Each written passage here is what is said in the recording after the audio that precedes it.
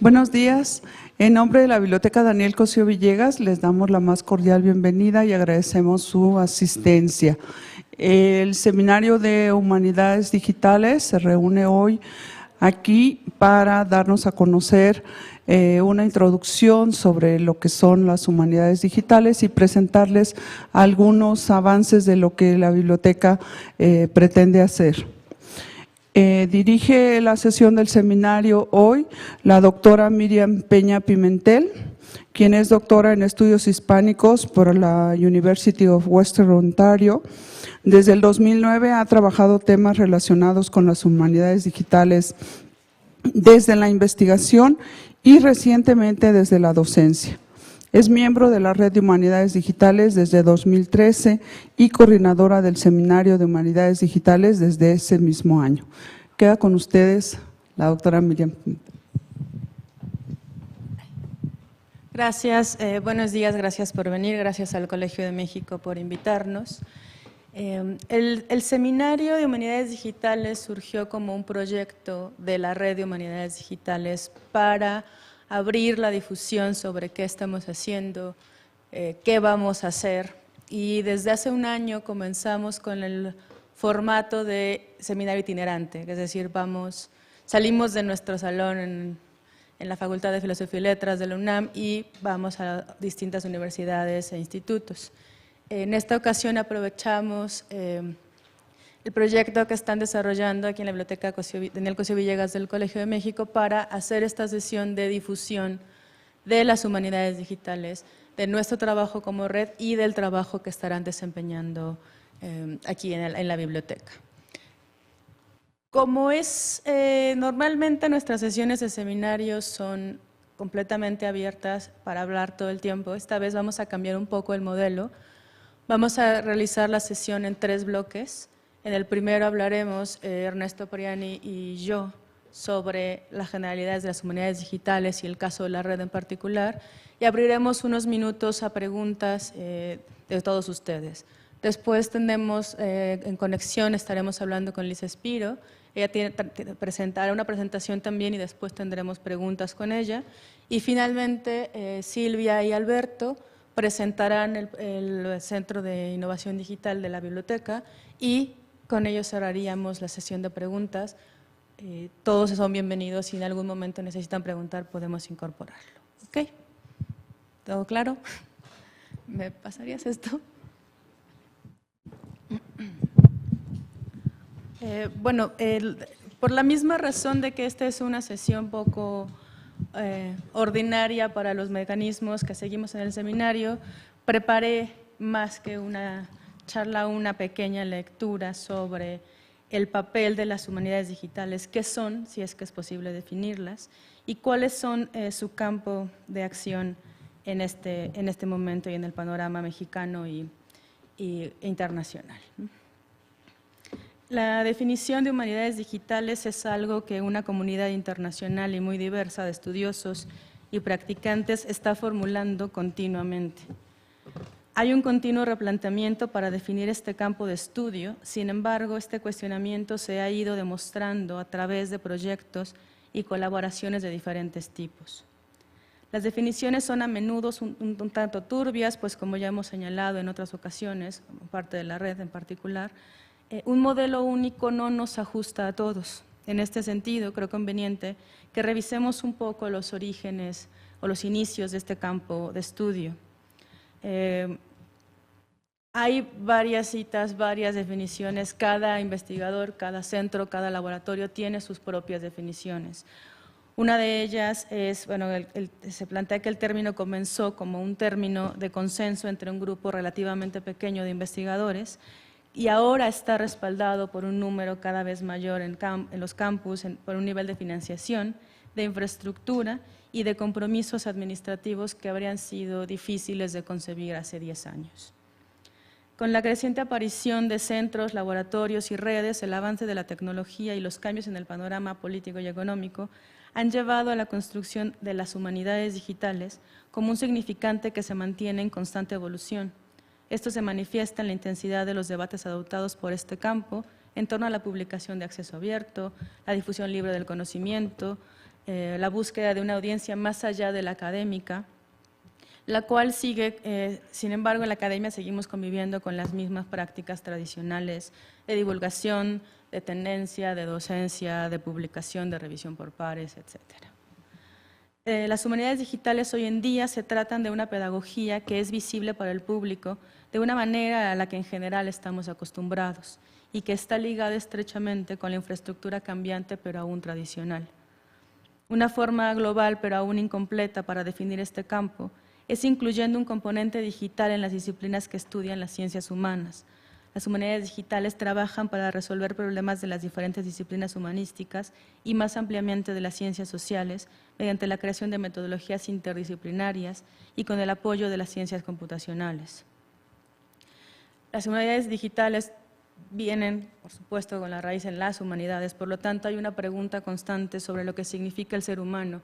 En este caso, ¿qué significa ser humano en la era de la información en red, en esta era hiperconectada?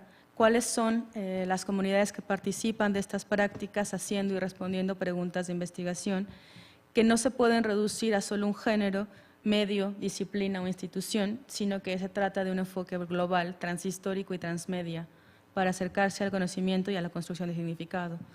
Por lo tanto, también este campo de estudio interpretan el impacto cultural y social de los nuevos medios y tecnologías de la información, que son componentes fundamentales de esta nueva era hiperconectada. Además, cuestionamos estas creaciones y su aplicación para responder a preguntas culturales, sociales, históricas, filológicas, filosóficas, etc. Las prácticas digitales en humanidades no se limitan a los departamentos de humanidades convencionales, sino que pueden afectar a todos los ámbitos humanísticos de las ciencias sociales e incluso de la producción artística, sin dejar de fuera los estudios de la información, de nuevos medios, de arqueología, de geografía. Siguiendo esta línea de pensamiento, las humanidades digitales son en sí mismas un campo interdisciplinario que aumenta el espectro de estudios, pero que no buscan ser un reemplazo ni buscan rechazar la investigación humanística tradicional. De hecho, desatan un papel crítico en este momento histórico y las transformaciones que está sufriendo la cultura en su migración a formatos digitales. La relación humana con el conocimiento, con el material cultural, con la tecnología y su inevitable reconceptualización.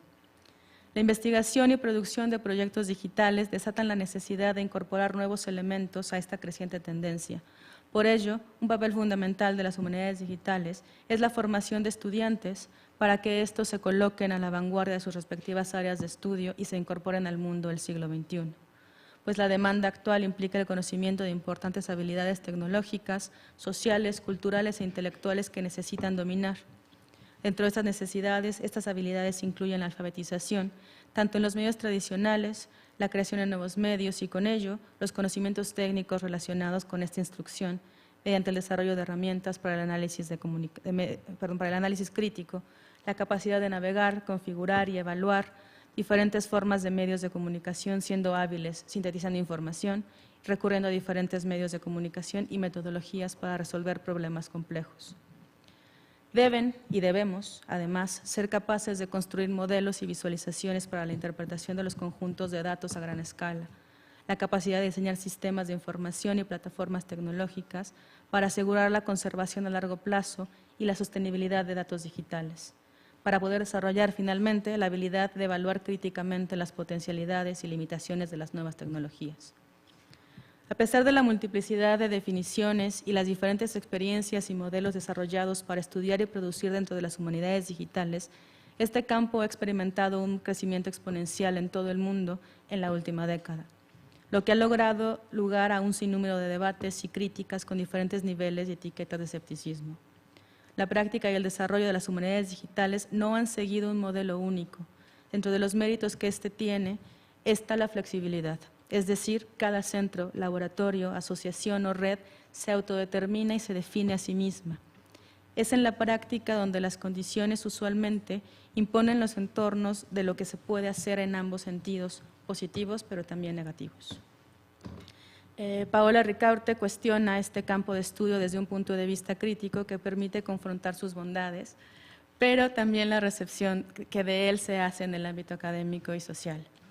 Ella señala que las humanidades digitales pueden ser un bluff, pueden ser una moda, pueden ser un fad o un fallacy, puede ser algo donde uno se cuelga para tener una identidad grupal o lo que fuera, o pueden ser también un instrumento, una movida heurística para expandir estas potencias, que en el caso de las ciencias sociales y las humanidades están más allá, son modelos, miradas de otros tipos. Esta falta de definición que nos caracteriza, de una definición inmutable y única, ha llevado al surgimiento de críticas y rechazos hacia este campo de estudio. La naturaleza experimental del mismo y su constante resignificación hacen que su papel dentro de programas de estudios tradicionales se vea necesariamente vinculado a las disciplinas ya existentes, es decir, que las humanidades digitales se estudian dentro de la historia, de la filología, de la filosofía. Crear una currícula específica en humanidades digitales en México, hasta ahora, resulta virtualmente imposible. Por ello es necesario vincularlo a una disciplina humanística y generar conocimiento de al menos ambas disciplinas en conjunto. El estudiante debe encontrar sentido en la incorporación de metodologías y herramientas distintas a las que está acostumbrado, y el profesor, quien generalmente también es investigador, debe demostrar los alcances que éstas tendrán para aventajar al estudiantado en ambas disciplinas. Estas dificultades han provocado que el crecimiento global de este campo no haya sido homogéneo. Los temas, las instituciones o investigadores que los desarrollan y, por supuesto, la tecnología y el acceso a ella han impactado de distintas maneras cada una de las iniciativas para llevar a cabo un proyecto digital. Dentro del panorama general de este campo interdisciplinario, las humanidades digitales en español han ido tomando un lugar cada vez más importante, aunque nuevamente nos encontramos con la disparidad dependiendo de los aspectos ya mencionados. En un mundo policéntrico, los proyectos cuentan con financiamiento institucional, en particular porque se trata de humanidades, pero su vinculación con centros e institutos de ingeniería o de ciencias computacionales han beneficiado por un lado la disponibilidad de recursos y por otro la interdisciplinaridad. En México, el desarrollo de las humanidades digitales ha sido una iniciativa de un puñado de investigadores. Ernesto Prandi les hablará un poquito más tarde sobre este tema. Sin embargo, me parece pertinente abordar de manera general la situación en la que nos encontramos en este momento. La gran mayoría, si no es que la totalidad de investigadores y profesores que hacemos humanidades digitales, hemos logrado vincular este campo con aquel en el que nos especializamos, con la filosofía, las letras en mi caso. El desarrollo de proyectos digitales se percibe aún como complementario a este otro campo previamente explorado.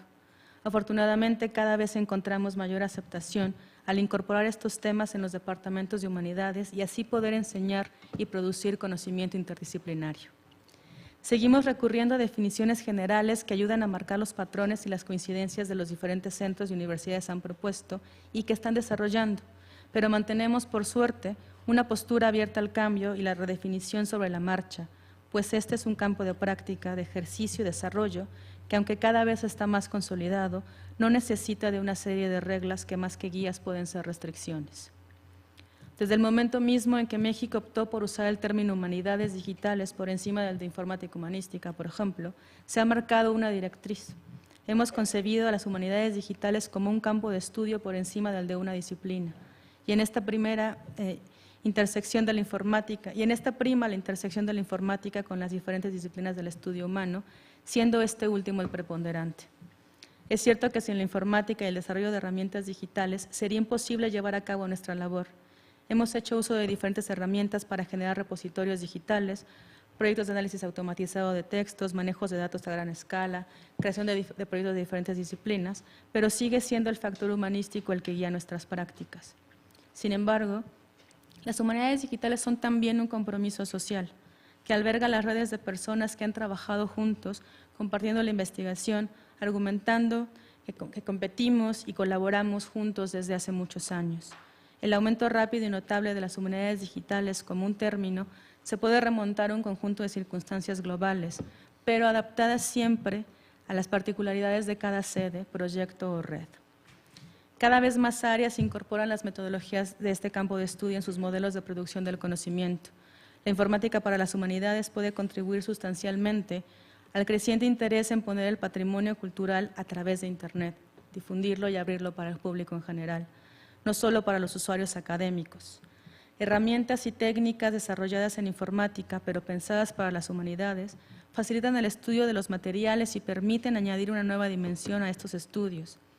Nuestras herramientas y técnicas también pueden ayudar a la investigación para facilitar procesos de digitalización y codificación, sin perder ni el valor académico y, por supuesto, sin perder la funcionalidad. A través de Internet, los proyectos de humanidades digitales están llegando a un público mucho más amplio. Los estudiantes que se graduarán de los nuevos programas que se están desarrollando estarán en condiciones de trabajar no solo en el ámbito académico, sino también en la publicación electrónica, tecnologías de la educación, desarrollo multimedia y un largo etcétera. A lo largo de su historia, la informática vinculada a las humanidades ha mostrado un apetito sano para la imaginación y la innovación sin dejar de mantener altos estándares académicos. Ahora que Internet es una característica dominante de la vida cotidiana, existe la oportunidad de interrelacionar la informática y las humanidades para llegar mucho más lejos de lo que ha sido posible hasta ahora. El que los practicantes de humanidades digitales no nos cobijemos bajo una definición única y generalizante no implica que no compartamos una serie de valores y principios, pues este campo de estudio es propio de estas comunidades. No se trata de investigadores y profesores aislados, sino que fomentamos la participación colaborativa y la creación de acciones y redes, de asociaciones y redes de trabajo. Ya mencioné que algunos de los temas en los que coincidimos todos son el acceso abierto a la información, la necesidad de actualizar los modelos tradicionales que limitan las prácticas colaborativas y sobre todo las prácticas experimentales que siguen siendo aún lejanas en las humanidades. Como señala Fitzpatrick con respecto a las humanidades digitales, ella dice que los principales problemas que enfrentamos una y otra vez son sociales y no de naturaleza tecnológica. Problemas para fomentar la participación en proyectos de colaboración y colectivos, de desarrollar las prácticas de preservación y de incitar al cambio institucional, de promover nuevas formas de pensar acerca de cómo el trabajo académico se podría hacer en los próximos años. La solución de estos problemas no es sencillo, pero un primer paso importante ha sido la articulación de valores y prácticas que hemos utilizado para definir los objetivos que persigue cada caso en particular, para desarrollar colaboraciones y fomentar la participación compartida. La mayoría de organizaciones profesionales, en general, crean un conjunto de valores y un código de ética para hacer claras sus aspiraciones, establecen normas de comportamiento para sentar las bases de una misión institucional, crear una práctica profesional adecuada, tomar una serie de decisiones que afectan las producciones y las participaciones, colaboraciones y formas de divulgación. Coincidimos en prácticas y valores con el resto del mundo dentro de las humanidades digitales, pero hemos logrado crear nuestro propio modelo, uno que responde a la realidad nacional, las políticas nacionales e institucionales propias de la realidad mexicana, y es por ello que hemos logrado entrar en este campo a la par que nuestros colegas norteamericanos y europeos. Las humanidades digitales, como campo de estudios, está creciendo en este país.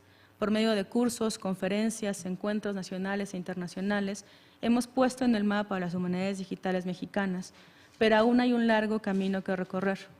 Existe el compromiso académico, pero también el social en cuanto a la producción de conocimiento y la preservación del patrimonio, además de la capacitación y la educación acorde a las necesidades de la época en la que vivimos. Esto no podría ser si no seguimos desarrollando programas, espacios como este, que no solo seamos nosotros discutiendo con nosotros mismos, sino abriendo a diferentes investigadores académicos o profesionales de otras áreas que tienen su vinculación con humanidades, con ciencias sociales, porque ya no estamos aislados. Todo está abierto, estamos publicando continuamente en Internet, eso lo puede leer todo el mundo. Entonces tenemos el compromiso de llevar a cabo una serie de proyectos con responsabilidad social y sobre todo con una mirada crítica. Usamos metodologías, usamos herramientas que no son tradicionales dentro de los estudios de humanidades, incluso de ciencias sociales.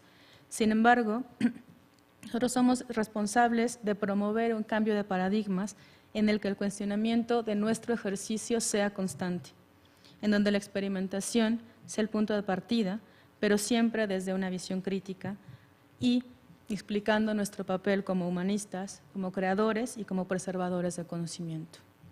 Gracias.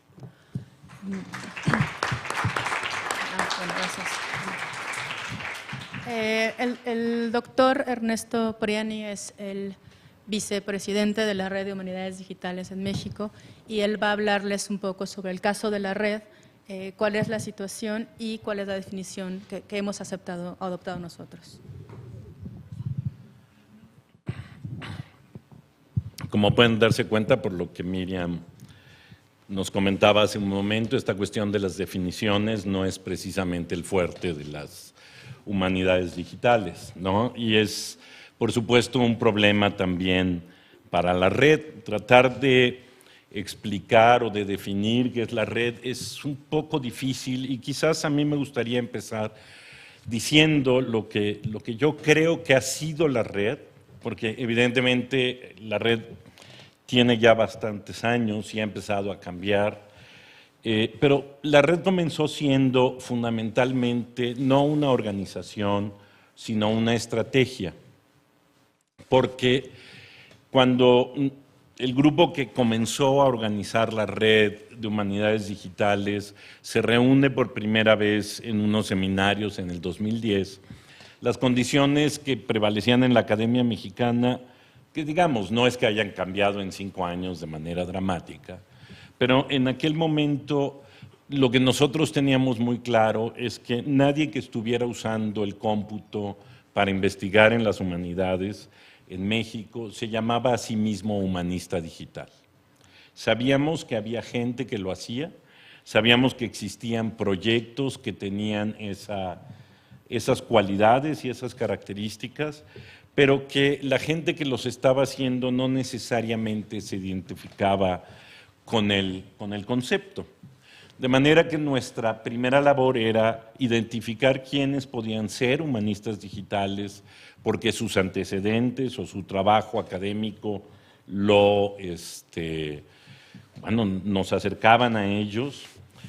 Pensábamos también que era necesario colaborar en la profesionalización del campo, porque uno de los problemas que habíamos detectado es que la mayoría de la gente que aplicaba en las humanidades el uso de cómputo no recibía reconocimiento por hacerlo, porque sigue habiendo, y eso es un problema que no necesariamente ha quedado atrás, sigue habiendo un énfasis en la producción del material escrito en libros impresos, y hay un vacío para poder valorar y evaluar el trabajo que está implícito en los proyectos digitales propiamente, y por supuesto establecer los vínculos internacionales con las organizaciones, los laboratorios, las academias, que de una forma u otra ya habían consolidado en el extranjero las humanidades digitales. De manera que pensamos que la red debía de tener como principio que definirse como humanista digital era una determinación que alguien tenía que tomar y no necesariamente una, digamos, labor institucional que se estuviera desarrollando y a partir de la cual uno se define. Es claro que si uno entra a un instituto de biología, va a hacer investigación en biología, entonces la definición de lo que hace es institucional y por supuesto también práctica. Pero en el caso de nosotros, al no haber nada que fuera propiamente humanidades digitales, entonces justo teníamos que plantearnos, y esto tenía como dos ejes. Tenemos que acercarnos a aquellos que pensábamos que estaban haciendo humanidades digitales y preguntarles, ¿estás tú haciendo humanidades digitales? ¿No? Porque de la respuesta que ellos nos dieran, se empezaría a conformar el campo en México. Es decir, si el campo iba a ser de manera prevalecente protección del patrimonio, digitalización de bibliotecas, investigación de datos, el problema de los datos abiertos, de los repositorios, es decir, la gente que estaba trabajando de alguna manera iba también a definir el campo, entonces queríamos eso. Y una cosa más, no queríamos que el término fuera invasivo, es decir, que fuera solamente una traducción de un término usado en el inglés al español, sin un principio de identificación propia en español. De manera que decidimos que lo primero era aceptar que habría algunos que nos dirían que no y otros que sí. De manera que la red se pensó justamente como una creación de vínculos con pares que decidían identificarse como humanistas digitales y empezar a trabajar en conjunto. Cuando esto lo hicimos, hay cosas que la red decidió no definir. Por ejemplo, decidió no definir límites territoriales. Es decir, aunque la red está conformada principalmente por académicos mexicanos, no necesariamente estos académicos mexicanos están en México. Eso es lo primero. Y además, no todos los miembros de la red son mexicanos. Eso es otro elemento. Y tampoco necesariamente están en México. Tampoco, y esto ha sido una discusión que continuamos, tampoco decidimos que la red tuviera el español como lengua propia o como lengua oficial. Decidimos que, bueno, sí, la mayor parte de las humanidades digitales que se hacen dentro con los miembros de la red son en español, pero también en náhuatl y también en otras lenguas en México y en otros idiomas en el mundo, es decir, en inglés, en francés, en italiano. Tenemos un miembro italiano que hace humanidades digitales en italiano. Tampoco decidimos definir disciplinas en el sentido de que, es decir, alguien que se interesa por la teoría del blog y se identifica como humanista digital, nosotros no teníamos por qué decirle, es que no estás adecuándote a este marco, entonces no eres humanista digital. Es decir, decidimos que las disciplinas irían construyéndose junto con la red. Lo mismo con las temáticas y lo mismo con las metodologías. Todo esto, por supuesto, ha ido matizándose un poco con el paso del tiempo, porque claro, han pasado cosas, ¿no? Y en términos generales decidimos no partir de una definición de las humanidades digitales ni de su campo, y como bien explicaba Miriam, nos hemos dado cuenta hoy que las humanidades digitales son muy flexibles en el mundo y que en realidad se producen dependiendo del lugar, la lengua, las relaciones, los intereses comunes, las conexiones que se producen entre los académicos que las están trabajando. Lo que sí decidimos hacer es que teníamos que crear lugares de encuentro. El primer lugar de encuentro fue una lista de correos, que todavía existe, y en la que uno simple y sencillamente dice, yo quiero recibir información sobre humanidades digitales en general. De la lista de correos avanzamos a un sitio web, del sitio web avanzamos a un blog, y luego empezamos, por supuesto, a dar talleres, conferencias, seminarios, cursos, y hemos organizado hasta ahora 2 encuentros de humanistas digitales en la biblioteca José Vasconcelos, y este año organizaremos el 3er encuentro aquí en el Colegio de México, y seguimos avanzando en ello. Y la red participa en una comunidad internacional que es GoDH, que fundamentalmente lo que busca es la inclusión de los países menos representados dentro de las organizaciones internacionales de humanidades digitales, que se incorporen a ella. Es decir, las principales organizaciones internacionales, casi todas se han construido en el Atlántico Norte, es decir, la norteamericana, la europea, la asiática, y los países emergentes o los países con un idioma menos dominante,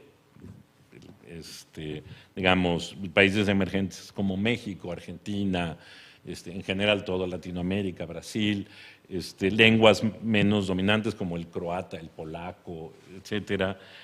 Se ha buscado abrirles la puerta y que estas organizaciones sean mucho más inclusivas, y de manera que se creó una organización donde participa la red, que tiene justamente como función ese trabajo de inclusión que se ha mostrado, digamos, en impulsar el multilingüismo dentro de los encuentros académicos de los humanistas digitales.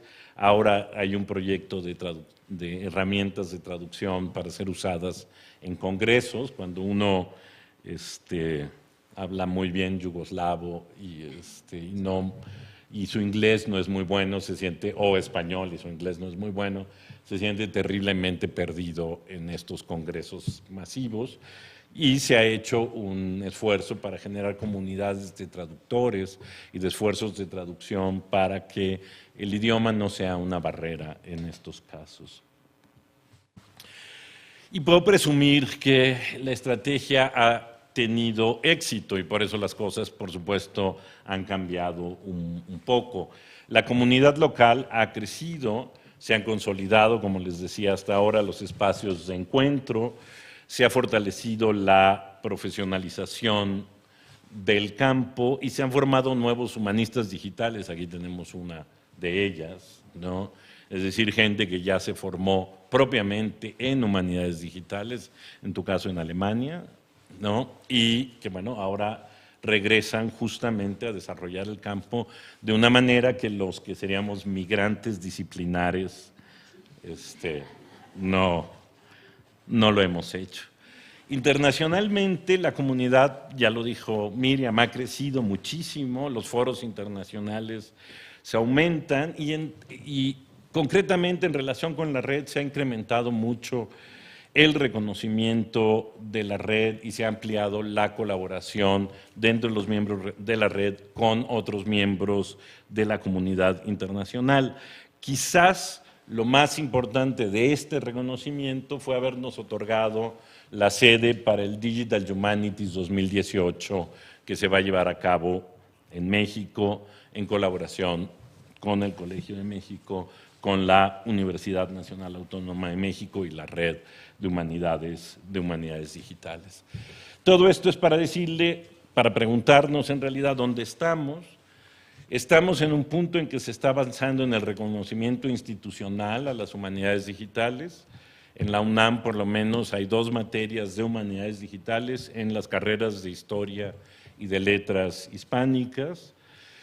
La coordinación de innovación digital del Colmex es, por supuesto, el espacio de vanguardia dentro de las humanidades digitales en sentido institucional.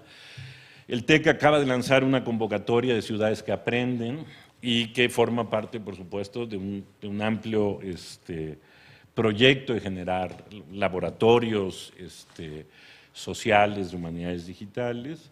Y ya lo había dicho, hay unos primeros personas que se han formado en humanidades digitales. De manera que cabe la pena preguntarse, pues, ¿qué va a ser la red de ahora en adelante? ¿O en qué momento nos encontramos? Nos encontramos en el punto de que hemos creado ya una organización sin la intención de renunciar a la estrategia que tanto éxito nos ha dado. Es decir, la red de humanidades digitales es ya una asociación civil, lo cual tiene, digamos, obliga a una cierta institucionalización, pero es un medio para conseguir financiamiento, para articular ciertas políticas, para podernos relacionar de una manera mucho más profesional en muchos sentidos.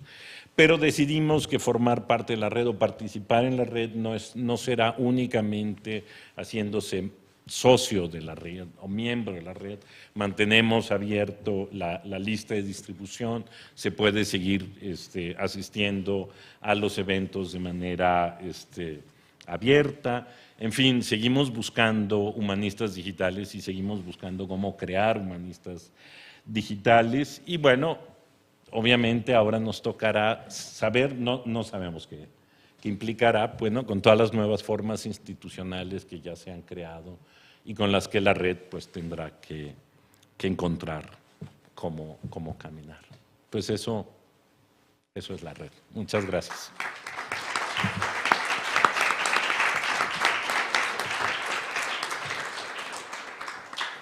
Y entiendo que abriremos ahora una pequeña sesión de preguntas antes de que intervenga Lisa Spiro. De hecho, están presentes aquí la presidencia de la red, algunos otros miembros del seminario de la Red de Humanidades Digitales. ¿Quieren aportar algo? Isabel, Paola. Si no, pues platiquemos un poco, preguntémonos cosas en lo que nos dan las 11 para hablar y conectarnos con Lisa Spiro. Sí. Ay.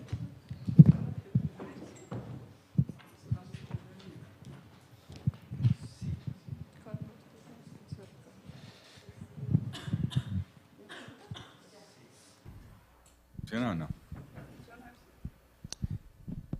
Sí.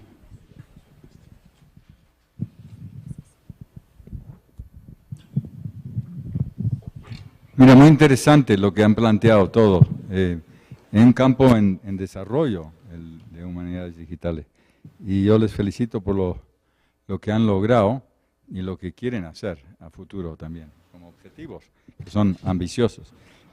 Yo tengo una pregunta y una observación, pero la pregunta tiene que ver con esto. Si dice humanidades digitales o digital humanities, ahora, es cierto que eso nos remite más a las humanidades que a las ciencias sociales propiamente o ciencias naturales, digamos, categorías tradicionales. Pero es como si estuvieran inventando una nueva categoría. Y esa categoría, por lo que decía Miriam, se refiere a lo humano. O sea, es como lo humano y lo que se refiere a lo humano y la cultura. Y la cultura en sentido muy amplio incluye humanidades, ciencias sociales, ciencias naturales, etc. Entonces, creo que es importante en ese sentido, a futuro, hacer una discusión sobre eso. Porque es como si la gente que ha estado más en humanidades ha tomado la delantera en este campo. Lo cual es interesante, porque estaban como atrás, ¿no? O sea, los biólogos, los científicos naturales, etcétera, ya estaban, los médicos, pues avanzadísimos. Pero también perdían perspectiva. Y entonces de repente me comentaban, un médico hoy en día no puede publicar un artículo en la que tiene citas a algo que se publicó hace más de 2 años. O sea, hace 3 años, ya, fuera, ¿no? Entonces, eso crea un problema, porque entonces toda esa tradición que lleva a lo actual, pues poco a poco se le va poniendo en un segundo plano. Entonces, creo que es una discusión que hay que profundizar en ella, porque si no, se puede alienar o no incorporar a futuro a otra gente. Pero tener cuidado con el asunto, tampoco porque si se amplía demasiado, inicialmente puede crear problemas, ¿no? Entonces, no sé cómo lo piensan ustedes. Bueno, yo en particular creo que no es un campo restringido. Cada vez hay más ejercicios conjuntos. Por ejemplo, el proyecto de laboratorios ciudadanos, pues no solo son humanidades, también son ciencias sociales, e incluir al público en general. Hay que afiliarse, digamos, a una nomenclatura para poder formar parte también de la propia comunidad. Sin embargo, no creo que sea una restricción. Sí creo que poco a poco vamos teniendo más sociólogos, más historiadores, porque también una parte es justo preservar un poco la memoria de lo que estamos haciendo. A nosotros también un artículo que tiene 2 años de antigüedad ya no nos sirve, ¿no? Sin embargo, sí mantenemos esta preservación. Últimamente ha estado mucho la tendencia de hacer humanidades digitales también desde la preservación de patrimonio, por ejemplo, que eso no se consideró completamente desde el principio. Es cambiante, vamos mutando y nos vamos adaptando a las circunstancias locales, nacionales y también a las globales. Yo nada más apuntaría que también tiene que ver un poco con la cultura académica. Digamos que en México empezó con las humanidades, vamos a decir azarosamente, podría haber empezado en las ciencias sociales. En Argentina empezó más en las ciencias sociales y la comunidad argentina de humanidades digitales es mucho más inclinada hacia las ciencias sociales.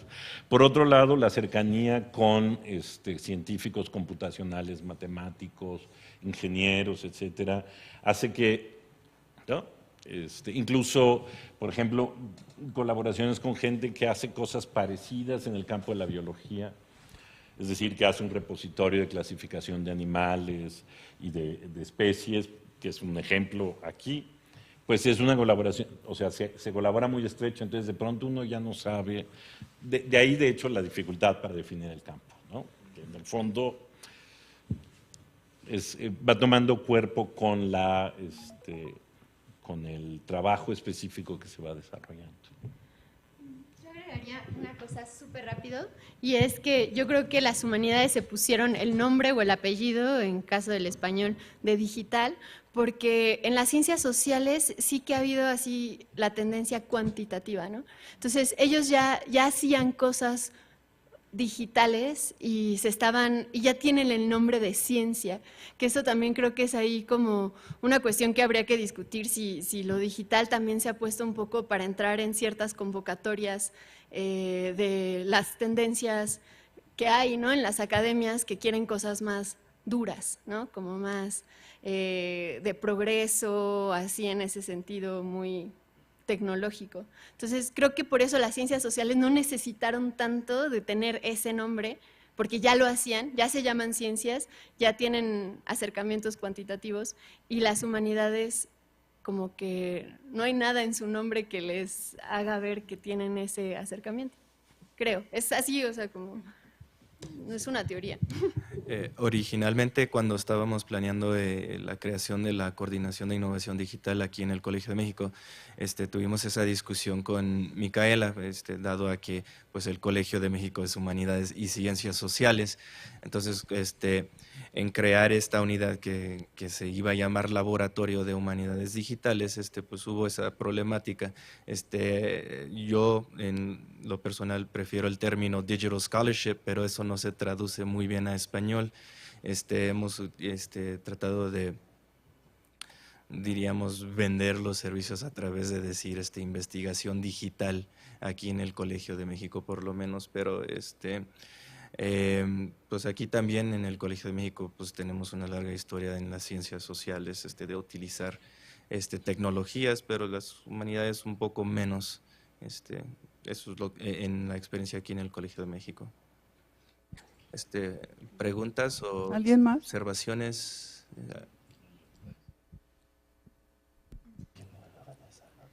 Bueno, gracias. Y yo quería preguntarles como por o sea, ¿cuál ha sido su experiencia en el proceso, digamos, formativo de un humanista en la tecnología? Porque yo no sé si es más un asunto de colaboración entre un humanista y un ingeniero informático, o si lo ideal sería más bien pues que fuera un proceso formativo, que nosotros aprendiéramos también, pero ¿cómo se da eso? ¿Cómo le hacemos, no? Bueno, hay algunos proyectos o programas de humanidades digitales. Ernesto mencionó por lo menos un par de clases que estamos dando ahorita en Filosofía y Letras, y es justo hacer traductores de los humanistas hacia las tecnologías. Entonces, no estamos creando programadores, estamos creando usuarios expertos o avanzados, ¿no? Lo ideal sería tener ambas cosas, un programador que se vuelva humanista y un humanista que se vuelva programador, para que el diálogo sea más fluido, pero esto lleva mucho tiempo. Entonces, un poco la idea es ir entrenando en el uso, pero en el uso consciente, en el uso crítico. Es decir, ¿por qué estoy utilizando una base de datos? ¿Solo porque sí o tiene un sentido? ¿Recubre mis necesidades o no? Me parece que en la coordinación es parte de lo que están haciendo con su proyecto, ¿no? Hacer una especie de educación de los humanistas sobre tecnologías y sensibilizar un poco a los informáticos sobre humanidades. Tal vez me gusta muchísimo la palabra que usó Miriam de traducción. Creo que es una palabra clave, y lo que podría decir desde la formación que yo tuve como humanista digital, así, es la maestría que hice, es que es aprender un lenguaje. Por eso es muy apropiada la idea de traducción. Lo que aprendes es el lenguaje de las computadoras, porque lo que sucede es que obviamente puedes hacer humanidades digitales utilizando herramientas, puedes hacer eso, le metes algo a la computadora y mágicamente te saca una visualización, pero la idea es entender qué pasó en esa caja negra, como entendiendo justo eso, lo voy a repetir, lenguaje. Digo, no por nada también se llaman lenguajes de programación, tienen mucho que ver, tienen su propia lógica, y entendiendo eso es que te puedes comunicar con programadores o lo que quieras, pero ya la formación de humanista digital es eso, creo yo. Sí, una pregunta es con respecto a que mencionabas al principio de metodologías con el apoyo de computación, y bueno, me gustaría un poquito más una explicación acerca de cómo construir esas metodologías con apoyo de computación, porque también ahorita acaba de mencionar Silvia lo de las herramientas, ¿no? Que eso creo que es un poquito más para mí sencillo de comprender, pero en relación con las metodologías sí me gustaría que hubiera un poquito más de explicación. Sí, digamos que en el campo hay metodologías, herramientas, hay herramientas por crearse, etcétera, y a veces es necesario distinguir una cosa de otras. Por ejemplo, crear categorías es una metodología. Es decir, cuando tú clasificas, cuando tú, en el mundo de la computación tú tienes que ponerle etiquetas a todo, porque si tú no le pones esas etiquetas no las encuentras después, o sea, no encuentras. El sentido, la definición de esas etiquetas es una metodología de cómputo. No solo de cómputo, en realidad es una metodología de clasificación, pero aplicada al cómputo. Entonces, ese es un caso de metodología. Hay otra metodología que es la del marcado de texto. Para digitalizar un texto, tú necesitas marcarlo. Y hay muchos lenguajes de marcado de texto que tienen la misma lógica todos, nada más lo que varía es lo que el lenguaje señala sobre el texto y cómo lo procesa la computadora.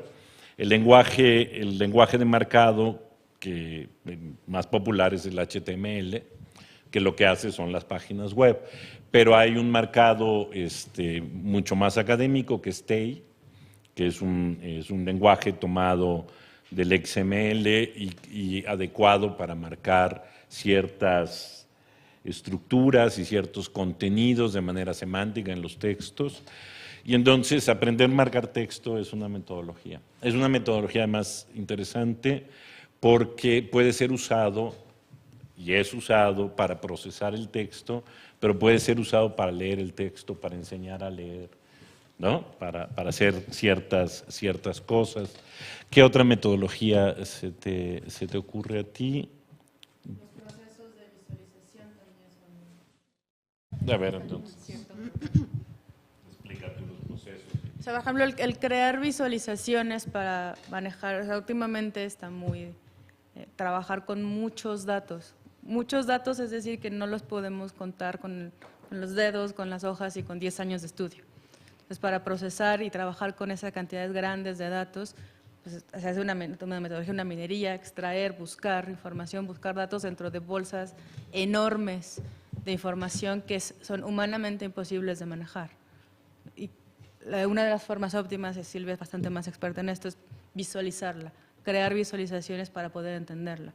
La visualización será pues, una representación, una red, una línea del tiempo, una base de datos, para poder tener acceso a esto de una forma entendible para nosotros. La máquina no entiende, la máquina es tonta, nosotros no. Nosotros tenemos que entenderlo y tenemos que, visualmente siempre es una forma que ayuda mucho. Metodologías, hay tantas metodologías también como definiciones, como proyectos, pero bueno, la idea es encontrar la metodología que exista y que sirva a tu propósito, y si no existe, desarrollarla. Buscar las herramientas que te van a ayudar a hacer lo que estás buscando hacer.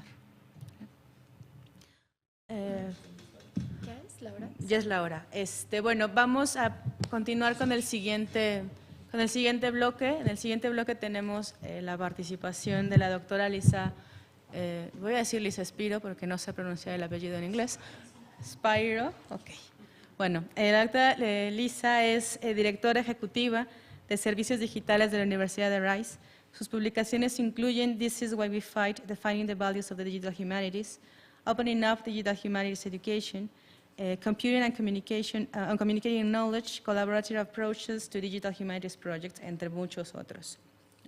La doctora Spiro colaboró como la primera editora de Digital Research Tools y es presidenta del Comité de Comunicaciones de la Alianza de Organizaciones de las Humanidades Digitales, ADHO, como la conocemos en español, y socia del Comité Ejecutivo de la Asociación de Cómputo y las Humanidades.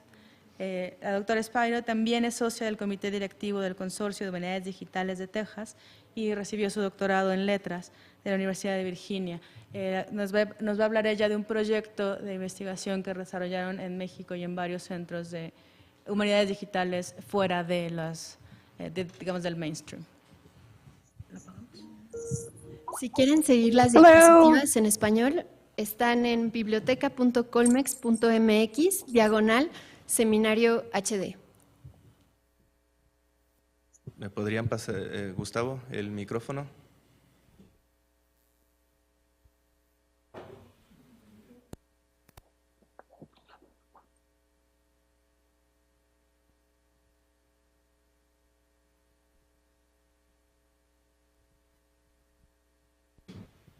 Hello, Lisa. Can you hear me? I can. Can you hear Okay. me? Let me turn around the computer and we can go ahead and start. Are you going to be screen sharing? I will, yeah. Okay.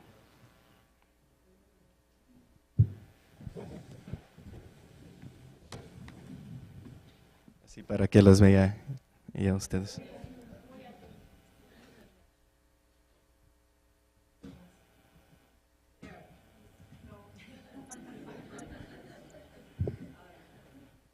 Okay, we can go ahead and begin.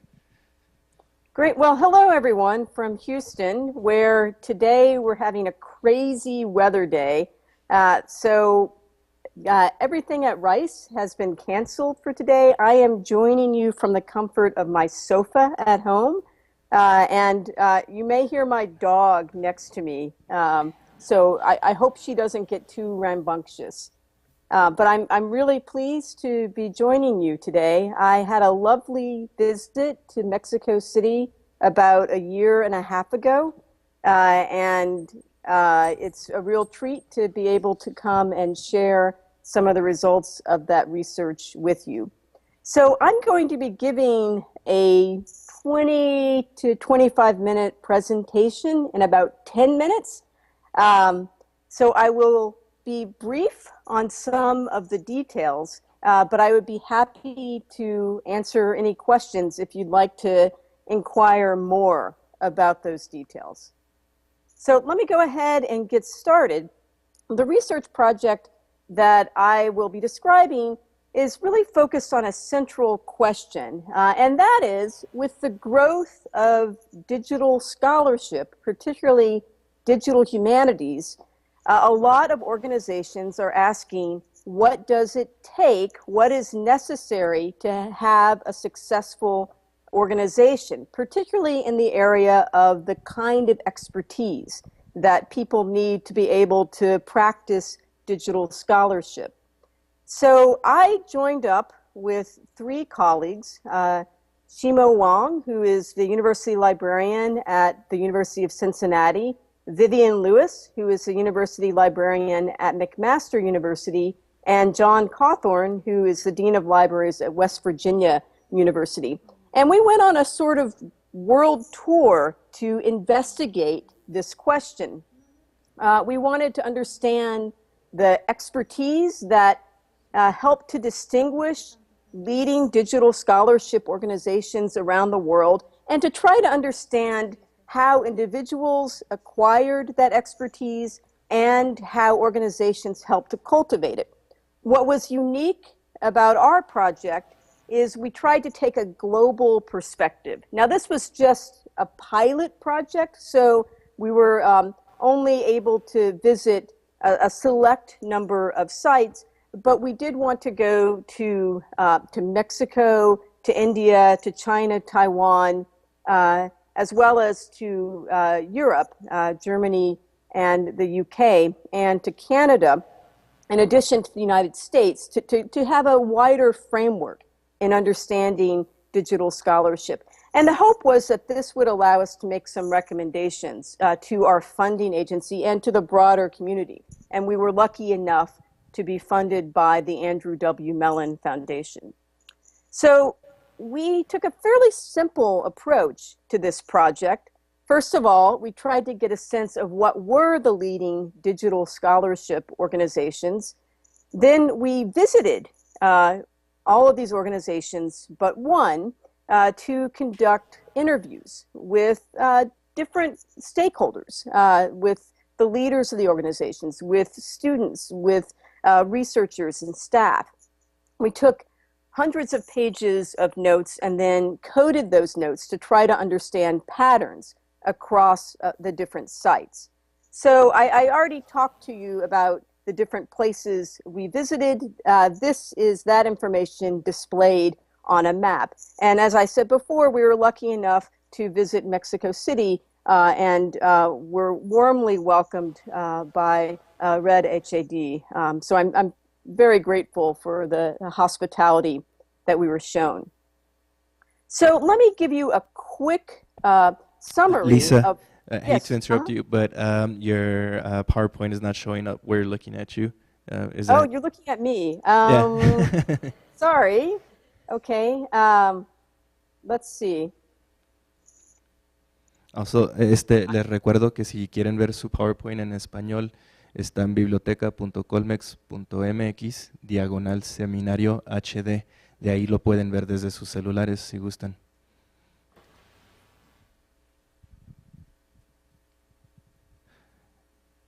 We're still looking at you. Just so Yeah, you I know. I'm still trying to Okay. figure out how to share my screen. Sorry.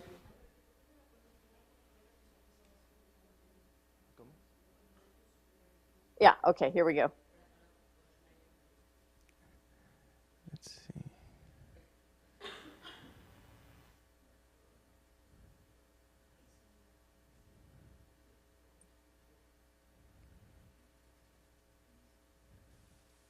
Can you see my screen now?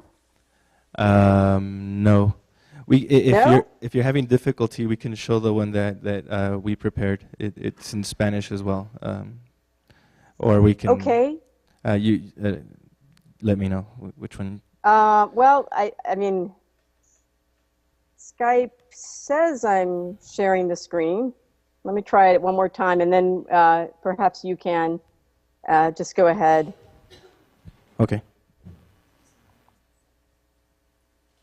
Okay. Or if you prefer, we can just hear you also speak. Okay. That will work. Okay, yeah, let's just go ahead with that. I gave them a link. Oh, we can see now your PowerPoint now. Oh, you can. Okay. I don't know. We're Is that working now? yes, yes. Ah, very good. Okay. Sorry for the technical difficulties. So anyway, here is a quick summary of what we found.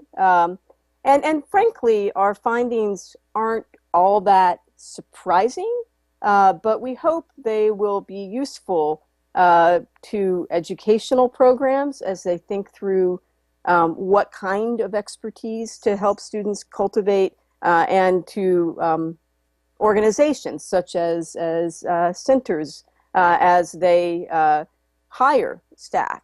So it's really important for digital scholarship personnel to first of all be able to work well with others, because so much of the work of digital scholarship is collaborative in nature. So people bring different kinds of expertise, whether that be domain knowledge, so a knowledge of a particular academic subject area, or technical expertise such as programming expertise. It was also critical that people have a learning mindset, that they be open to experimentation and learning new skills and not being afraid of jumping into challenges. Of course, it was necessary to have some familiarity with the subject area. One didn't necessarily need to be an expert, but at least be conversant with the subject area so that the collaborations could go more smoothly. It was important to have some degree of technical skills and the ability to program and to work with data were especially valued. And then the ability to make projects happen, to manage projects effectively, it was also quite important. So another question we looked into was, how do organizations help their staff and researchers affiliated with these organizations develop expertise? And again, to pull on that theme of collaboration, we found that many of the most successful organizations tried to to stimulate that spirit of collaboration. So they had a sort of open environment where people would often work and learn together and figure things out through conversations over coffee or by running into each other in the hallway. So part of that culture of collaboration was also the need for some kind of space where people could work together. It didn't have to be really fancy, high-tech spaces, but a place where people would come together to exchange ideas. And then we also found that at many of the organizations we visited, there was an interplay, a sort of synergy between the educational programs at the organization and the research agenda, so that students would often work on research projects, and that constituted part of their education. And those projects benefited from the energy, ideas, and skills of those students. So education was an important part of the mission of many of the organizations that we visited. So you may recognize that photo. So we also, of course, took a global perspective on these questions.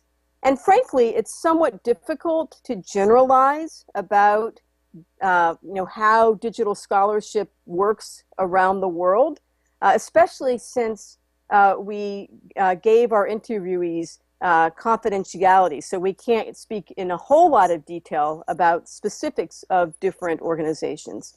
But we did find a few sort of key characteristics that help to define how digital scholarship worked in different contexts. One was a tradition of digital scholarship, so that in some countries, digital humanities or other forms of digital scholarship has been around since the late 1960s, 1970s. As a result, these countries have a sort of stronger tradition of digital scholarship. They have institutional support built up, educational programs built up, and so forth. Whereas other regions and countries may have come more recently to digital humanities, say in the 2000s. I particularly commend Red HAD for the great work you all have been doing in both developing a community around digital humanities, developing training programs and conferences and ways of evaluating digital scholarship, as well as documenting that through publications and presentations. I think that has helped places around the world and certainly benefited our own research. Another element that distinguishes digital scholarship organizations is how they get their funding.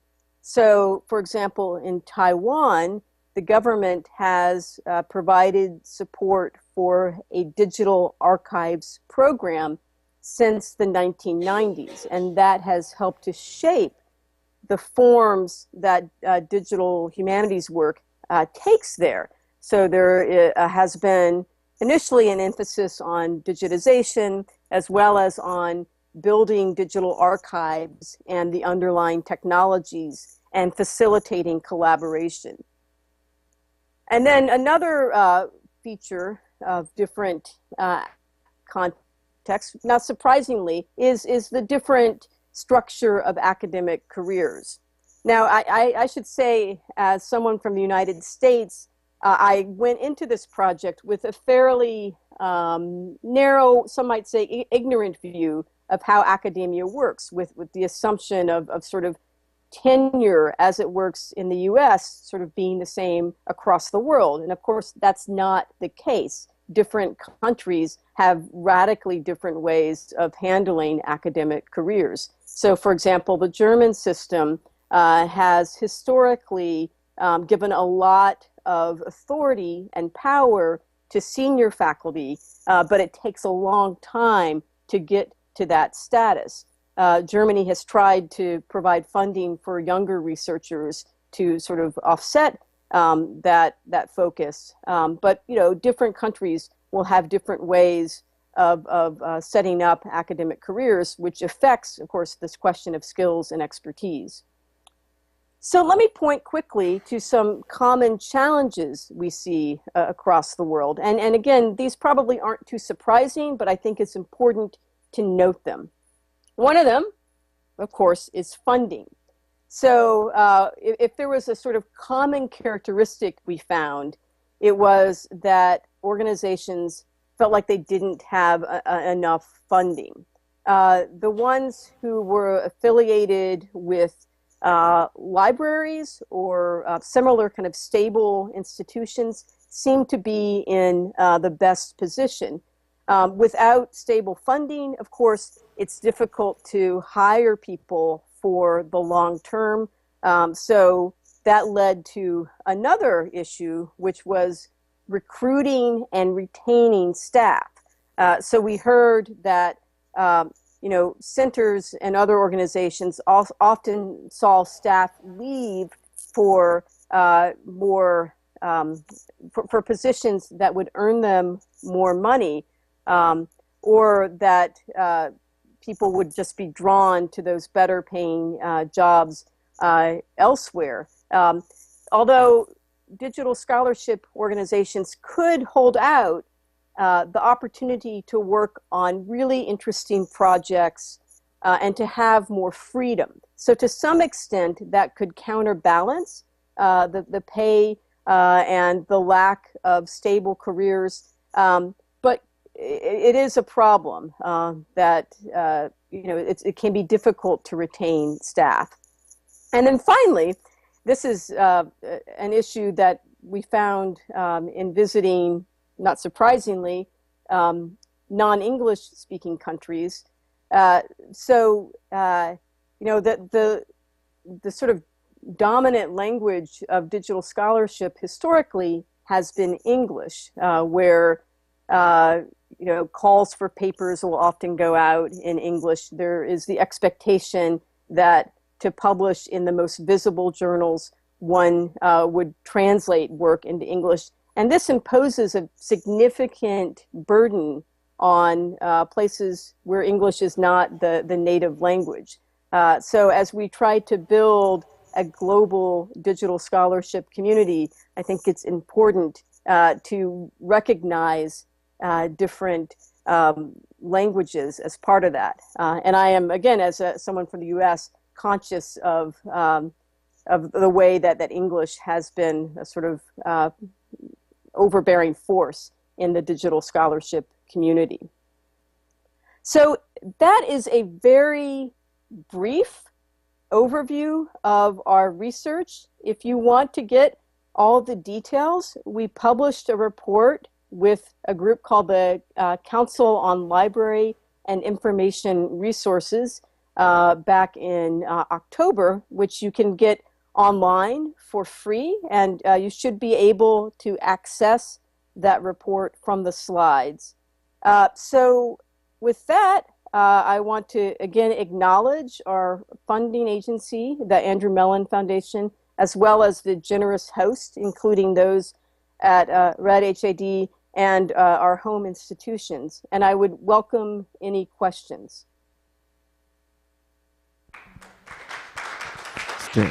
Thank you, Lisa.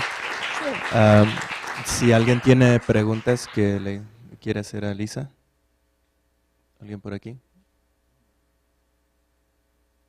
¿Nadie? Ok. Una pregunta.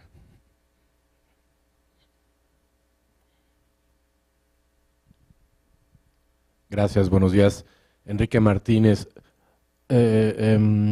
What is the future about the corporative universities? You think in Mexico is possible? Cooperative universities cooperating with each other in a within the country, you mean, or cooperating with who?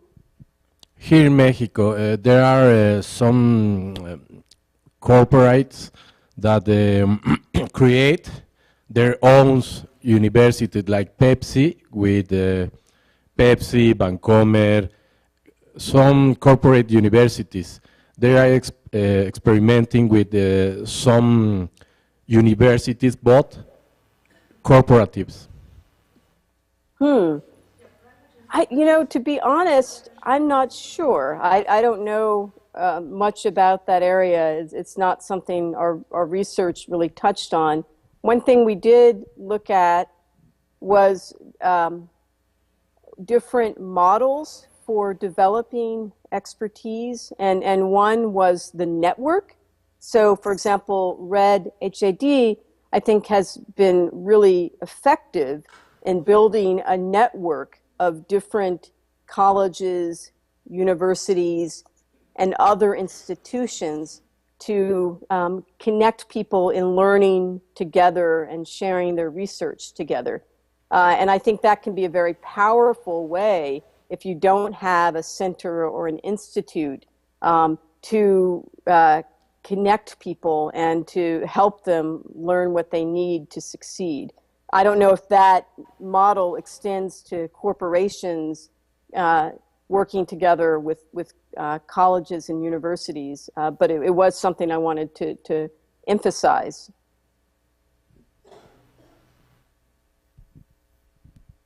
Hi, good morning. My name is David Gonzalez. I had a question. You said that research centers are diversifying their funding streams beyond traditional, government grants and foundations. Where are the new sources of funding coming from? Often the funding is coming from the institution. So, for example, you see organizations trying to affiliate even more tightly to libraries, because libraries, while they may not be, wealthy themselves, are seen as being a more stable funding source. Or, making the case to the university for the need to have more stable lines in support of digital scholarship. Funding is still a challenge regardless, but I think there is a recognition that grant funding can only get you so far. Other places are deliberately scaling back and not having so many staff, but focusing just on a few key areas because of the challenges of continuing to chase after the next grant. That can make it really hard to focus on the work at hand.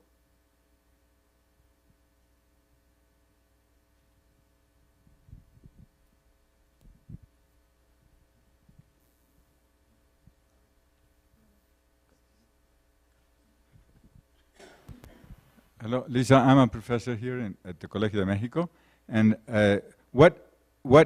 how do you relate your experience to teaching, digital teaching? We have a program now that's called Programa de Educación Digital, digital education. Do you have any comment? Did you pick up anything on your trip around the world? Do you mean teaching online or teaching using technology? In the ways how do you talked about libraries, for instance. That's very important, but there's also the other aspect for a teaching institution, which is how the whole digital world affects teaching, and if that's a related, that's integral part of digital humanities, or if it's something separate. How are people being trained in that regard? I mean, some people are being trained more for collections. Maybe other people are being trained to help teach, to help teachers develop web pages, et cetera, et cetera, et cetera.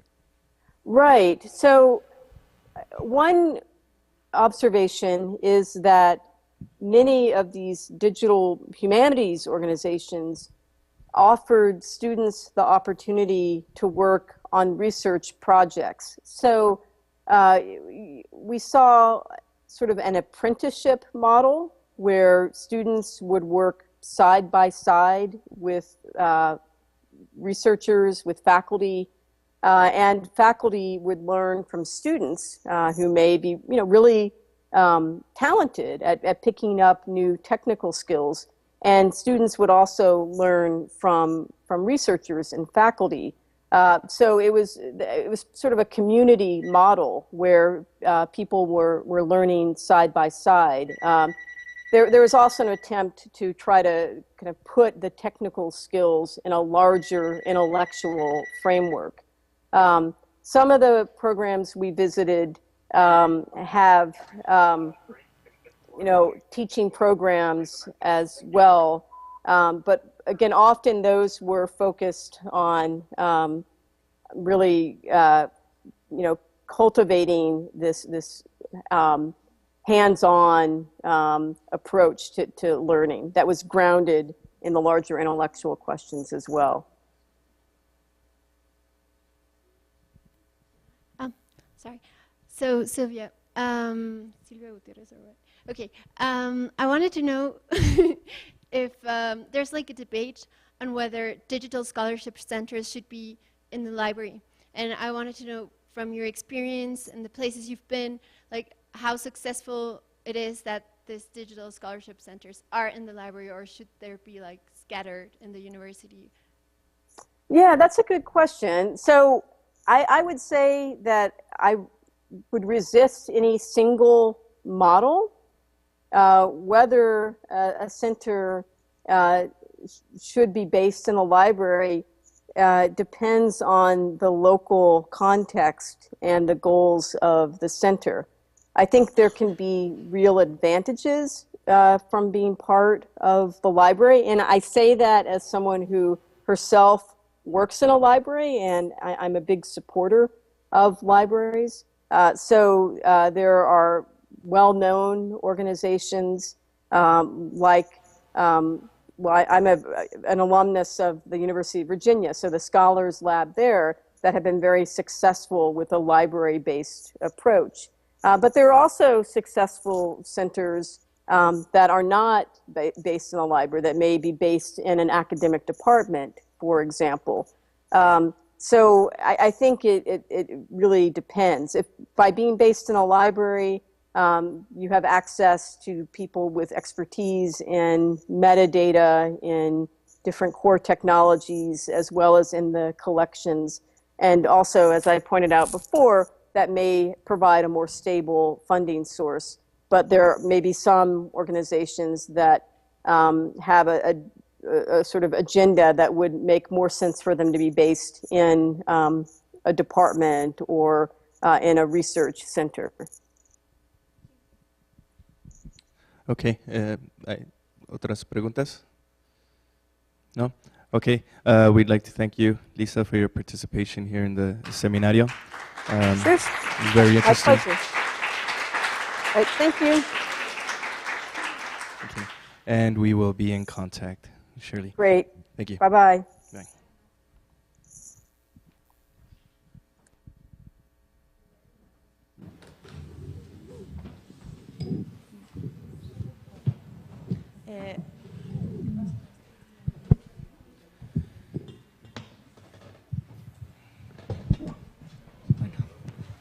Gracias al Colegio de México por organizar el contacto con Liz Spiro, y claro que seguiremos en contacto con ella. Vamos a pasar al último segmento de este seminario. Ahora van a participar la maestra Silvia Gutiérrez y el maestro Alberto Santiago Martínez, ambos miembros, coordinadora y bibliotecaria de la Coordinación de Innovación Digital de la Biblioteca Daniel Cosío Villegas del Colegio de México. Y ellos les hablarán de esta coordinación, su papel, sus labores y qué están desarrollando a partir de esto.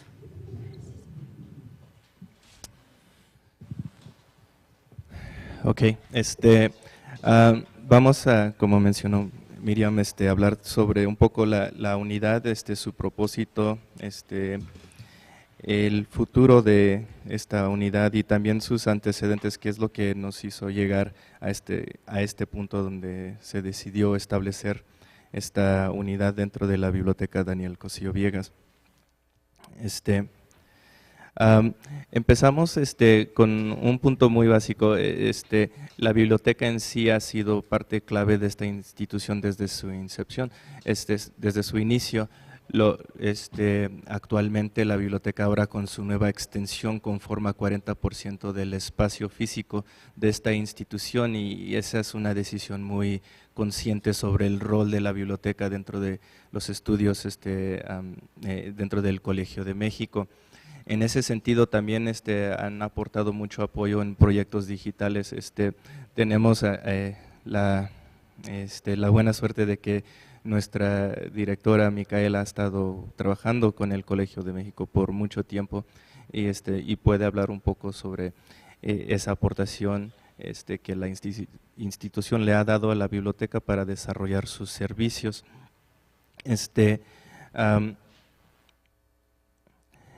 Hablamos un poco sobre, dentro de este apoyo, lo que la biblioteca ha hecho en términos de tecnologías. Esta parte, tomé parte de esta historia de un tesis que desarrolló un ex colega aquí, Oscar Areola. Pero empezamos en el 76, donde el departamento se forma dentro de lo que era el Colegio de México, el Departamento de Organización, Métodos y Sistemas.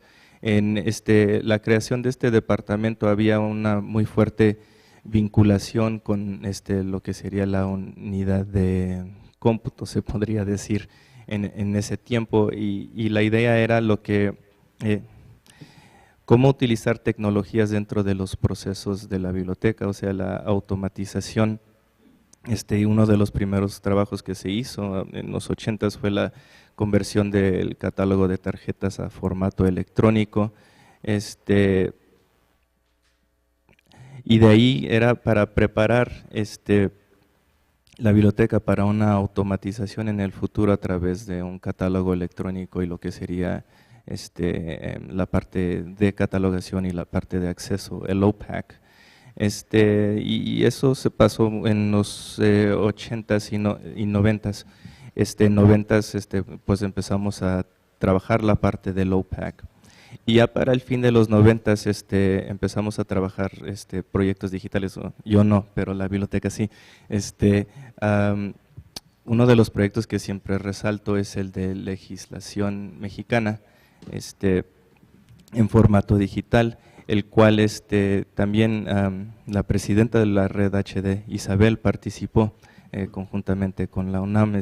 Entonces, Isabel tiene una muy larga historia de trabajo colaborativo con el Colegio de México, conjuntamente con Micaela, que también participó en ese proyecto, que era básicamente la digitalización y la creación de un sistema para acceso completo a las disposiciones legislativas desde 1687 a 1902.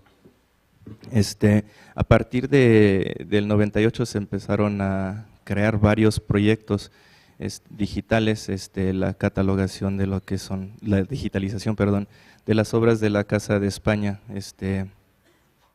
dar acceso a esas, digitalizarlas y por medio de Cervantes Virtual es donde tenemos acceso actualmente a estas obras. Se digitalizó en HTML y también en PDF y todavía pueden consultar ese trabajo si gustan.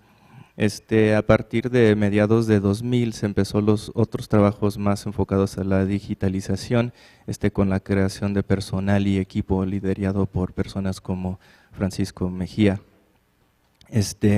Y ya en estas fechas es cuando yo entro, cuando se empiezan a digitalizar las tesis a través de tesis.colmex.mx, revistas, la creación de una videoteca de las presentaciones que se han hecho en este mismo lugar a través del tiempo,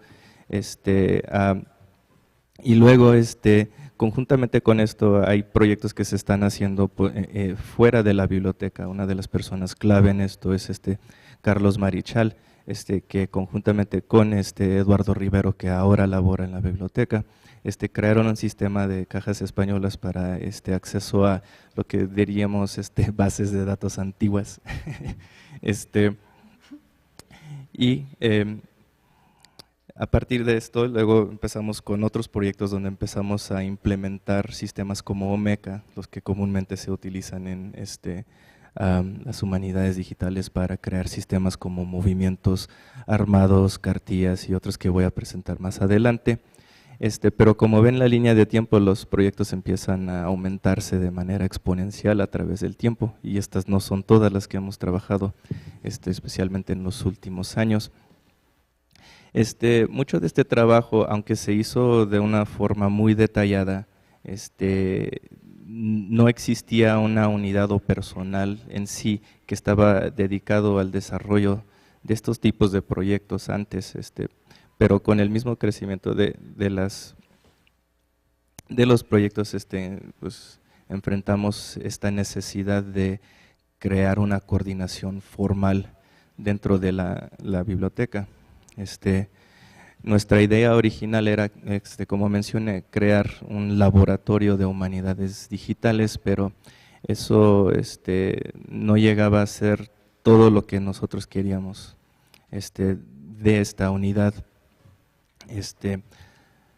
Entonces, lo que buscábamos era algo mucho más allá de un laboratorio, y pensábamos que lo que se necesita es integrar las humanidades digitales dentro de todos los procesos de la biblioteca de manera transversal, que catalogación, que su labor esté enfocada en no enfocada, pero la elaboración de metadatos y codificación de textos apoye proyectos de humanidades digitales, que los servicios que dan los referencistas al público contemplen la creación de nuevos proyectos de humanidades digitales, la curaduría digital como parte del proceso de referencia que hacen los especialistas, una manera de acercarse a recursos valiosos es, uno, identificarlos y documentarlos para que la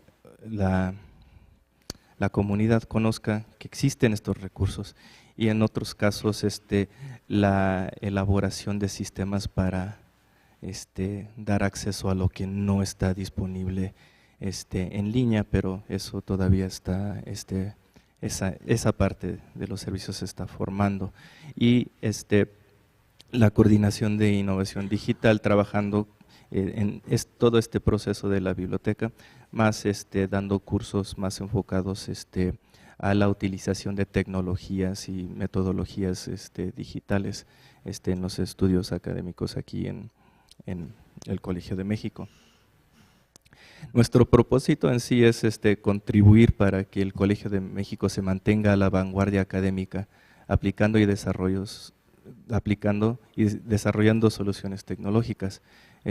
Aquí nos enfocamos a las partes de acceso a la información, interacción con la información, la creación de nueva información, difusión de la misma, y también la educación en cómo hacer estas cuatro partes, no solamente como un bibliotecario, como un profesor, pero también como un alumno en la institución. Uno de los componentes principales de esta unidad es la digitalización. Nos enfocamos a digitalizar no solo lo que tenemos en el acervo, pero en algunos casos crear vínculos con organizaciones externas para traer sus recursos o sus fondos a la biblioteca, dándoles no solamente un nuevo sistema para el acceso a sus fondos, sino también garantizar la preservación de estos fondos a largo plazo. Un caso que, bueno, ahorita les enseño ese caso. Para invertir en eso, nosotros compramos una nueva máquina de digitalización que es el ATIS, que está enfocada a la digitalización de periódicos, con cámaras SLR de muy alta resolución. Pero no solamente es la compra del equipo, sino la creación de políticas y procesos, apegándonos a estándares y normas internacionales como las de ISO, la utilización de metadatos, como los de Premise, y la creación de una unidad de digitalización, un taller con personal que también está aquí con nosotros, que ha apoyado en la digitalización de estas obras valiosas. Otro componente es el diseño y desarrollo de sistemas, como les mencioné, la creación de bibliotecas digitales, colecciones temáticas, repositorios, la creación de ediciones digitales, y sistemas para interacción de datos, que ahorita nos explica un poco más Silvia. Estas colecciones temáticas incluyen las que están aquí, las de México, Movimiento Armado en México, otro proyecto que trabajamos con el Instituto de Verano de Cartillas Indígenas, y otro proyecto que estamos trabajando con profesor Sergio Aguayo de México 1968, fuentes para el estudio de este tema. En términos de repositorios, tenemos financiamiento actualmente para desarrollar un nuevo modelo de repositorio que se puede aplicar a nivel nacional.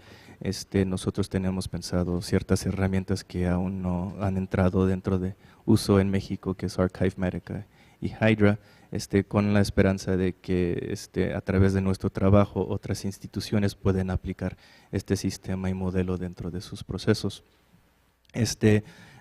Y de manera informal también hemos creado el sitio de tesis, tesis.colmex.mx y revistas.colmex.mx para dar acceso temporal mientras se desarrolla este mismo repositorio. Okay. Bien, la razón por la que Alberto me da el micrófono ahora es porque puedo hablar de lo que se va a hacer y no de lo que ya se hizo. Entonces, eso es lo que esperamos, ¿no? Uno de los acercamientos es para ediciones digitales. Nos interesa mucho sacarle provecho a todas las capacidades de la plataforma digital, y en este sentido hemos estado en pláticas con la gente de Redalic, que seguro conocen, y para implementar un nuevo estándar o un marcado, que es de lo que hablaba Priani hace rato, que es JATS, es el Journal Article Tax Suite, ¿no? Y eso es como para no hacer documentos en los que le pones el título de un color y las citas en otro formato, sino explicarle a la computadora, esto es un título, esto es una cita, y ya independientemente qué quieras publicar, pues si quieres hacer un doc, un PowerPoint o quieres hacer un libro digital, pues se genera automáticamente porque la computadora dice, ok, todos los títulos los va a hacer así, todas las citas de este modo, eso es. Y otra de las ventajas de las ediciones digitales que no han sido todavía tomadas es el de las ediciones abiertas o comentadas, que en realidad eso, y Preni no me dejará mentir, desde tiempos medievales la gente comenta, ¿no? O sea, le pone notitas, pero ahora esas notas van a ser abiertas, compartidas. Y eso ya lo vemos las personas que tienen el Kindle de Amazon, que aparece ahí cuántas veces alguien ha subrayado una parte del texto, pero también se está haciendo para libros académicos, como el libro de Debates in the Digital Humanities, que fue muy exitoso. Ahí no sé si ven esas columnas azules, entre más gorda es la columna, quiere decir que más personas creyeron que esa sección del texto era interesante, y además puedes ver los comentarios que hicieron las personas. Digo, esto es un paso así alto, no sabemos cuándo vamos a llegar, pero como dice Galeano, las utopías son para eso, ¿no? Para seguir caminando y no para llegar a ellas. Interacción con datos es como la palabra que escogimos, no sabemos si habrá alguna mejor, y es esta cuestión de que un poco responde a la pregunta de Camelia hace rato sobre las metodologías, y quiere decir que tenemos datos en las humanidades y ciencias sociales, pero no son los mismos datos que tienen los biólogos. Entonces hay que pensar desde ahí, esa es una cosa importante de la metodología de las humanidades digitales, cómo son nuestros datos y cómo los vamos a modelar, así es el nombre, ¿no? Modelado de datos, es decir, cómo los vamos a organizar, porque ninguna organización de datos o de CAPTA, como le quiere llamar una muy buena académica, Johanna Drucker, capta porque los estamos agarrando, no están ahí dados los datos de las humanidades y ciencias sociales. Cómo los organizamos no es inocente, siempre hay una intención en la forma en que organizamos.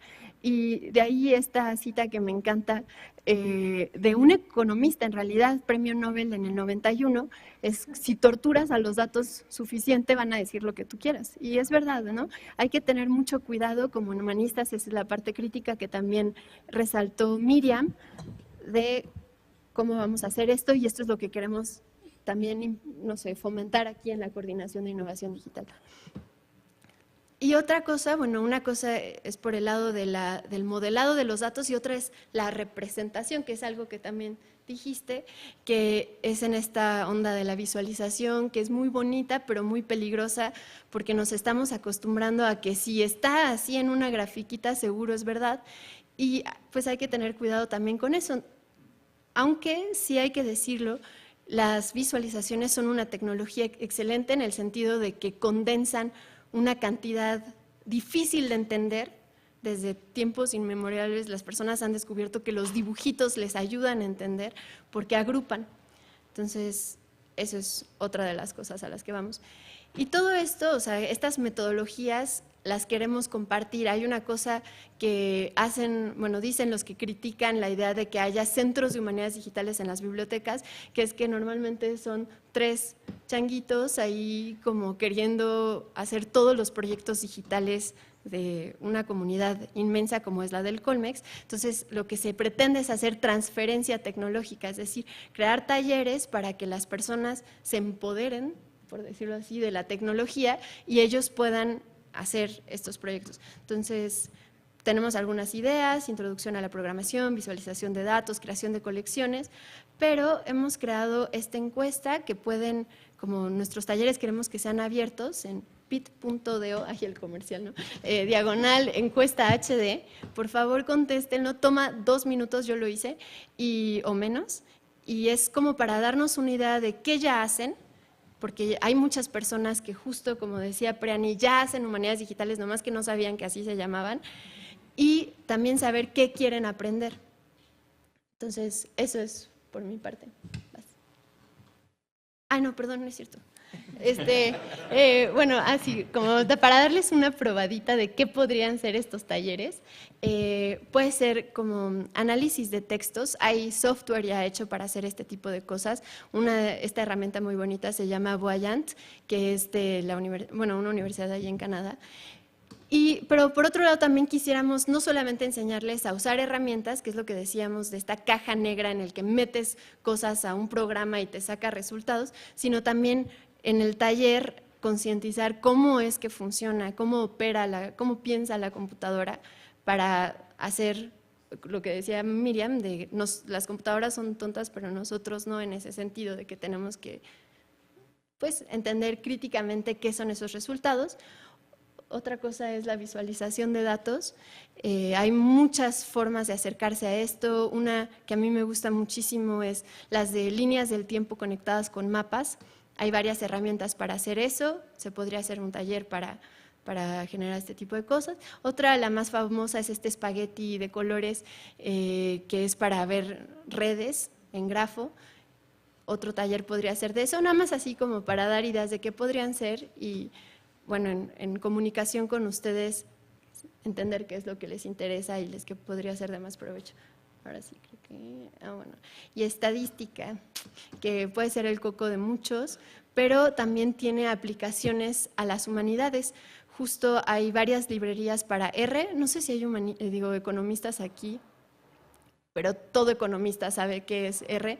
Y R también funciona para las ciencias sociales. Hay varias cosas que se pueden hacer muy interesantes de estilometría, de análisis de tópicos, es decir, tú le metes un texto y ves, si dice, no sé, guerra, Hitler y Alemania, seguramente se trata de cierto tema, ¿no? Entonces, esas computadoras aprenden a entender, si ven ciertas palabras, cuáles son los temas que podrían estar implicados en ese texto.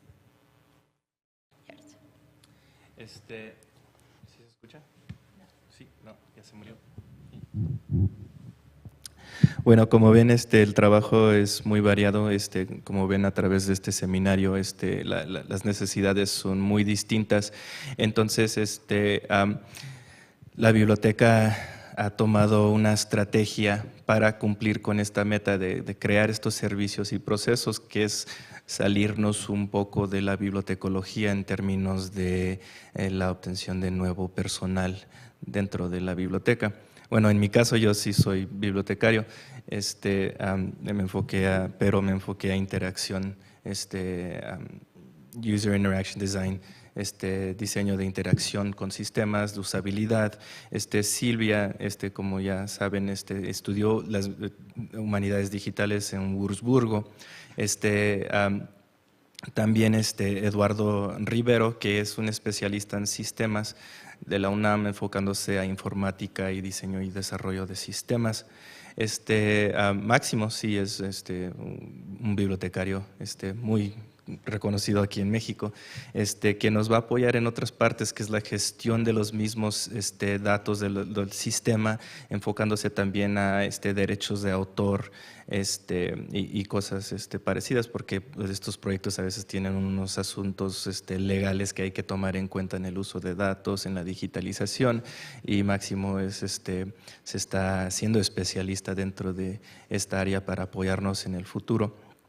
Y también tenemos el personal administrativo, José Castro y Francisco Reyes, que pues ellos existen, podríamos decir, dentro de esta unidad mucho antes que nosotros, apoyando con la digitalización, como mencioné, con Francisco Mejía ya por muchos años.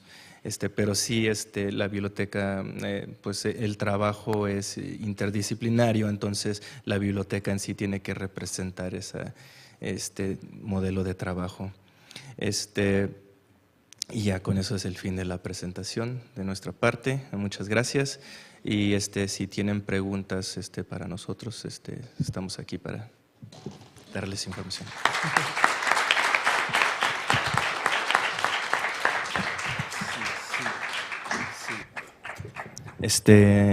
Si nos pueden apoyar con activar micrófono, señor de audio.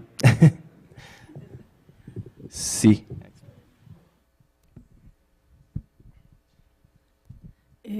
Hola, yo me disculpo porque tengo una reunión a las 12, entonces voy a hacer la pregunta y a lo mejor me tengo que ir, pero lo siento, digamos, pero no quería dejar de hacerla.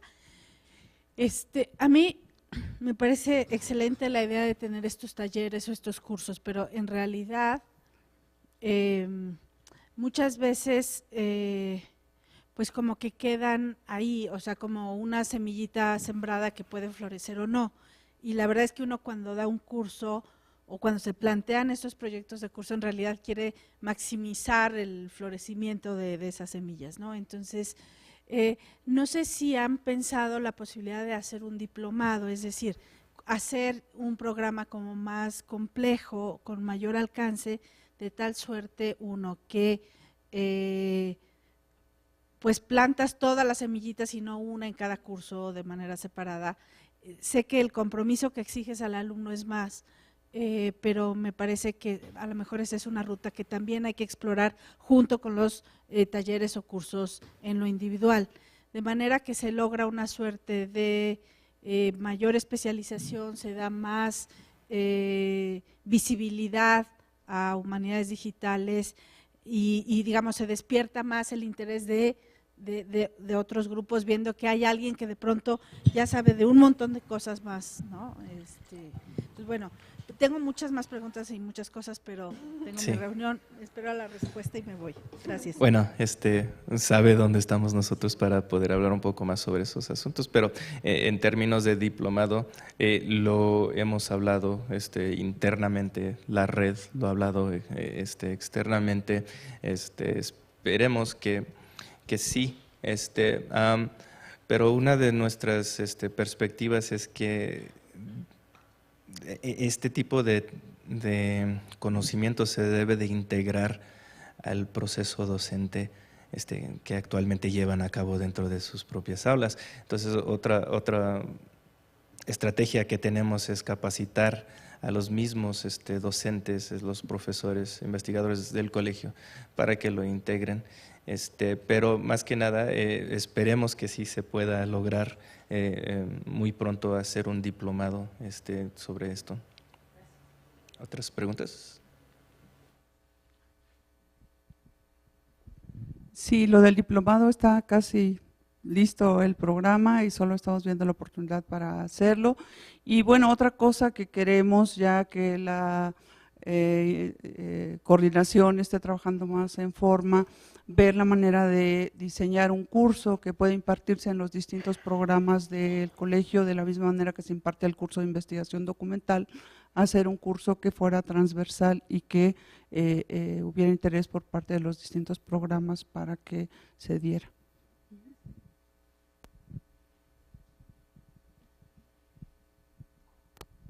Muchas gracias. Soy Laura Flamán del CEI, de aquí del colegio. Bueno, muchas cosas que pensaba, muy interesante y gracias por tener el seminario hoy. Yo voy a hablar un poquito de cooperación y de cosas que podemos hacer. Me parece que la idea del diplomado, los cursos que han pensado, la idea de un curso transversal e incluso, siguiendo un poco el ejemplo de filosofía en la UNAM, que hubiera algunos cursos ya dedicados a investigación digital, le voy a llamar para que nos sumemos todos los de ciencias sociales, son opciones complementarias. Lástima que se fue Marichal, pero ahí un poco siguiendo la pregunta que le hicieron a la profesora de Weiss. Hay muchas iniciativas en el colegio vinculadas con esto, ¿no? Está la coordinación de ustedes, pero también está el programa de educación digital, está el área de análisis espacial de la unidad de cómputo, está publicaciones también construyendo libros electrónicos y digitalizando. Entonces, digo, es nada más dejarlo abierto y me gustaría oír su opinión. ¿Cómo vamos haciendo? No estoy sugiriendo que haya una sola unidad que junte todo esto, pero ¿cómo hacemos para que esos esfuerzos se vayan retroalimentando y haya cooperación y avancemos más juntos en lugar de desperdigados, ¿no? Otra idea buena también sería un curso de verano, ya sea en el marco de los cursos del CEI o de los cursos del CEDUA o de los cursos de historia, ¿no? Esa es otra opción para también regresar a la comunidad, que no sea nada más para el colegio, ¿no? Desde luego. Sí. En términos de esta vinculación, trabajamos con el PRED y publicaciones de forma muy activa. Nosotros hemos hablado un poco sobre estos flujos para evitar tanto traslape y cosas así presupuestales que eso implica el traslape, y compartir recursos y conocimiento. En el caso del PRED, creo que hemos llegado a un acuerdo de que pues, nosotros como bibliotecas nos especializamos en trabajar con información, fuentes de datos, acceso a esa información, como había mencionado, y lo que hace el PRED es generar nuevo contenido, apoyar con la difusión.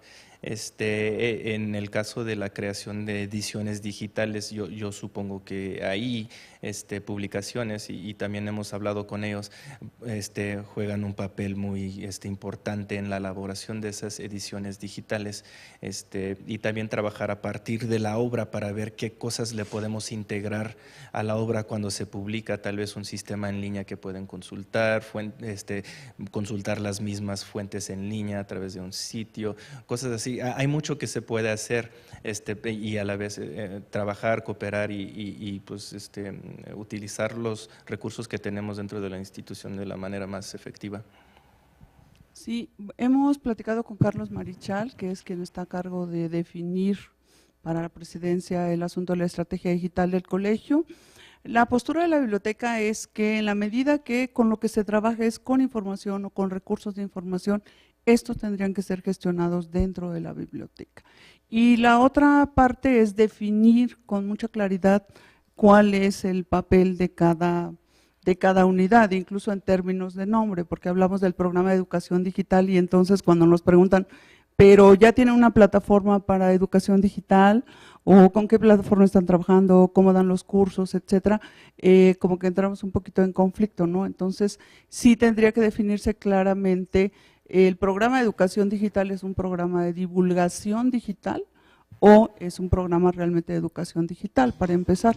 Y lo otro, bueno, pues siempre hemos trabajado con estas unidades y vamos a seguirlo haciendo, pero quisiéramos ahora de una manera más ordenada y que se vea cuál es el impacto que tiene el trabajar con los especialistas de la información, ¿no?